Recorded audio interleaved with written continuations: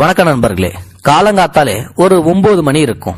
ஒருத்தரோட வீட்டு கேட்டு முன்னாடி ஒரு பணக்கார வீட்டு நாய் ஒண்ணு வந்து நின்னு கத்திக்கிட்டு இருக்குது.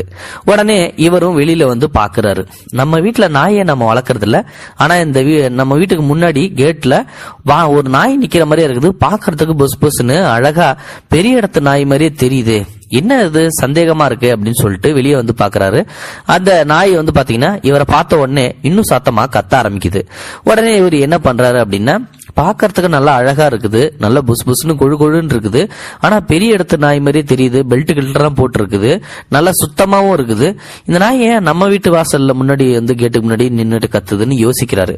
சரி அப்படின்னு சொல்லிட்டு இவரு கையசைக்கிறாரு. உடனே இவர் கையசைச்சதை பார்த்த உடனே அந்த நாய் ஓடி வருது.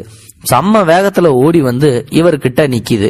அப்போ இவரு அந்த நாயோட முதுகுல தடவி விடுறாரு. பதிலுக்கு அந்த நாய் இவரோட காலை நக்குது. உடனே வந்து பாத்தீங்கன்னா இவங்க 2 பேரும் க்ளோஸ் ஆன மாதிரி வந்து ஒரு ஃபீல், ரொம்ப நாள் கழிச்சு பாக்குற மாதிரி. உடனே அதுக்கப்புறம் வந்து பாத்தீங்கன்னா இந்த நாய் கொஞ்ச நேரம் அப்படி கொஞ்சம் குழாய் விட்டு திடீர்னு வந்து பாத்தீங்கன்னா அவரோட வீட்டு மாடிப்படிக்கு கீழே போய் படுத்து தூங்க ஆரம்பிச்சிடுது. ரொம்ப நாளா தூங்காத கிடக்குறவங்க எப்படி அடிச்சு போட்டா தூங்குவாங்களோ அதே மாதிரி படுத்த உடனே தூங்க ஆரம்பிச்சிடுது.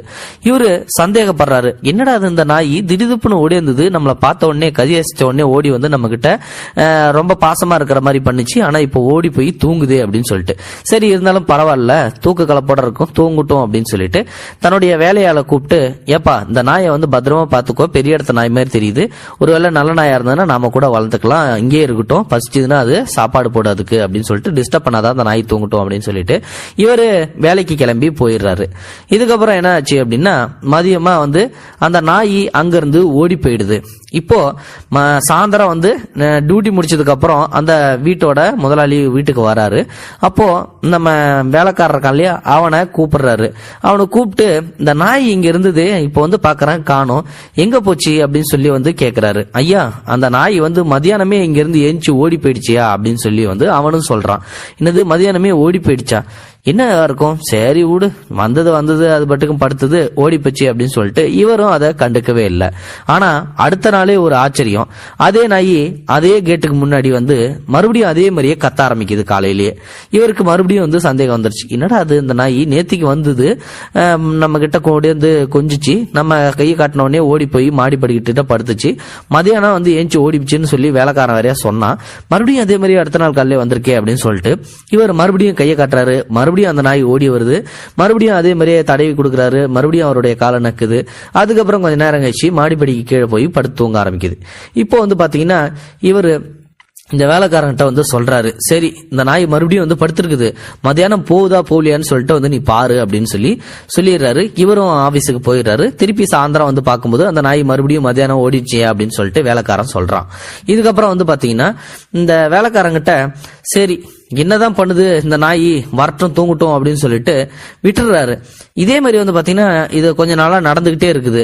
ஆனா இவருக்கு ஒரு சந்தேகம், மதியானம் ஏஞ்சி ஓடி போடுது, திருப்பி காலையில் தான் வருது, இந்த நாய் எங்க இருந்து வருது எவ்வளவு வருதுன்னு சொல்லிட்டு நம்ம கண்டுபிடிக்கணும், அதனால நம்ம வேலைக்காரன்ட்ட சொல்லி அதை ஃபாலோ பண்ண சொல்லணும்னு சொல்லிட்டு, இங்க வாப்பா, இந்த நாய் மதியானம் ஓடி போடுதுல, இந்த நாயை நீ பின்தொடர்ந்து போ, இதோட நாய் வந்து நாயோட ஓனர் யாரு, எங்க இருந்து வருது, ஏன் வருதுன்னு சொல்லிட்டு நம்ம கண்டுபிடிக்கணும், அதனால நீ பின்தொடர்ந்து போ அப்படின்னு சொல்லிட்டு இவரு சொல்லிடுறாரு. இப்போ மதியானம் வந்து நேரம் வந்துருச்சு. அந்த வேலையாளு உஷாரா காத்துக்கிட்டு இருக்கான். அந்த நாய் ஏஞ்சி ஓட ஆரம்பிக்குது. ஆனா அந்த நாய் ஓடுற ஓட்டத்துக்கு இந்த வேலையாளால வந்து ஓட முடியல. இடையில வந்து பாத்தீங்கன்னா அந்த நாய் குறுக்க புந்து அப்படி இப்படின்னு சொல்லிட்டு எஸ்கேப் ஆயிடுது. இப்போ சாயந்தரம் அந்த முதலாளி வராரு. என்னப்பா நாய் ஓடுன இடத்த கண்டுபிடிச்சியா, யாரோட நாயின்னு சொல்லி உனக்கு தெரியுமா அப்படின்னு சொல்லி கேக்குறாரு. அதுக்கு அவன் என்ன சொல்றான், ஐயா மதியானம் வந்து அந்த நாய் ஓட ஆரம்பிச்சது, ஆனா எங்க ஓடிச்சுன்னு என்னாலே கண்டுபிடிக்க முடியல, பயங்கர வேகமா ஓடிச்சே, நல்லா கண்டுபிடிக்க முடியல அப்படின்றான். சரி இப்ப என்னதான் பண்றது, நம்மளாலையும் ஓடி கண்டுபிடிக்க முடியாது, மத்தியான டைம்ல ஆபீஸ் வேலையை விட்டுட்டு இந்த நாயை பத்தின டீட்டெயில்ஸ் எல்லாம் நம்ம தெரிஞ்சுக்க தேவையில்லை. ஆனா இது எப்படிதான் கண்டுபிடிக்கிறது, இது யார் வீட்டுக்கு போகுது, நம்ம ஒரு துண்டு சீட்ல இது யாரோட நாயின்னு சொல்லிட்டு எங்களுக்கு தெரியல, எங்க வீட்டுல வந்து தூங்குது, அதனால இந்த நாயை பத்தின டீட்டெயில்ஸ் நீங்க தானா, என்ன ஏதுன்னு சொல்லிட்டு தெளிவா எனக்கு தகவல் சொல்லுங்க அப்படின்னு சொல்லிட்டு ஒரு துண்டு சீட்டுல எழுதி அந்த நாயோட கழுத்துல கட்டி அமுச்சு விடுறாரு. அப்ப வந்து பாத்தீங்கன்னா மத்தியானம் வழக்கம் போல அந்த நாய் தூங்கி எழுந்துச்சு ஓட ஆரம்பிச்சிருது. அந்த வீட்டுக்கு போன உடனே இவர் வந்து அடுத்த நாள் காலையில இந்த பரபரப்பா வெயிட் பண்ணிட்டு இருக்காரு அந்த நாய் வரும்னு சொல்லிட்டு. அதே மாதிரி அந்த நாய் வருது. ஆனா இவர் எழுதி விட்ட சீட்டுலயே வந்து டிஃபரெண்டான வேற ஒரு சீட்டை வந்து அந்த நாயோட கழுத்துல கட்டி இருக்குது. இப்போ அந்த நாயை கூப்பிடுறாரு, அதுவும் ஓடி வருது. அந்த சீட்டை பிரிச்சு பாக்குறாரு. பிரிச்சு பார்த்த உடனே வந்து பாத்தீங்கன்னா இந்த முதலாளி விழுந்து விழுந்து சிரிக்க ஆரம்பிச்சிடறாரு. இதை பார்த்த உடனே வேலையாள் வந்து பாத்தீங்கன்னா என்ன முதலாளி பயங்கரமா விழுந்து விழுந்து சிரிக்கிறாரு, அப்படி அந்த என்னதான் எழுதியிருக்கு அப்படின்னு சொல்லிட்டு இவருக்கு தெரிஞ்சு அவனுமே ஐயா ஏன் இவ்வளவு விழுந்து விழுந்து சிரிக்கிறீங்க, என்னதான் எழுதியிருக்கு அப்படின்னு சொல்லி அவன் கேட்கறான். அதுக்கு இந்த முதலாளி என்ன சொல்றாரு அப்படின்னா, அதுல வந்து இதுதான் வந்து எழுதியிருந்தது, அன்புடையீர் வணக்கம், நான் வந்து இந்த நாயோடைய ஓனர். என்னோட நாய் என் பொண்டாட்டி தொல்லை தாங்க முடியாம தூக்கம் இல்லாம கொஞ்ச நாளா தவிச்சுக்கிட்டு இருந்தது. இந்த நாய் தினம் தினம் காலைல ஏஞ்சி போயிடுது, வரும்போது நல்லா ஃப்ரெஷ்ஷா வருது, எங்கேயோ தூங்கிட்டு வருதுன்னு சொல்லிட்டு எனக்கு நல்லா தெரியுது. ஆனா அது உங்க வீட்டுலன்னு சொல்லிட்டு இப்பதான் எனக்கு புரியுது. என் பொண்டாட்டி தொல்லை தாங்க முடியாம தான் அந்த நாய் உங்க வீட்டுல வந்து தொங்குது போல. தயவு செஞ்சு உங்கள்கிட்ட ஒரு விண்ணப்பம் கேட்கறேன், நாளையில இருந்து நானும் உங்க கூட சேர்ந்து அந்த நாய் கூடயே வரேன், உங்க வீட்லயே வந்து நானும் கொஞ்ச நேரம் தூங்கிக்கிறேன் அப்படின்னு சொல்லிட்டு அந்த லெட்டர்ல வந்து எழுதி இருக்குது. இதை காட்டுதான் வந்து பாத்தீங்கன்னா அவன் விழுந்து விழுந்து சிரிக்க ஆரம்பிச்சிடறான். சோ இதுல இருந்து ஒரு விஷயம் மட்டும் நல்லா தெரியுது, இது ஒரு குட்டி ஃபன் ஸ்டோரி தான். ஆனாலும் வந்து பாத்தீங்கன்னா உங்களுக்கு பிடிச்சிருந்ததுன்னா லைக் பண்ணுங்க, ஷேர் பண்ணுங்க. தேங்க்யூ ஃபார் வாட்சிங்.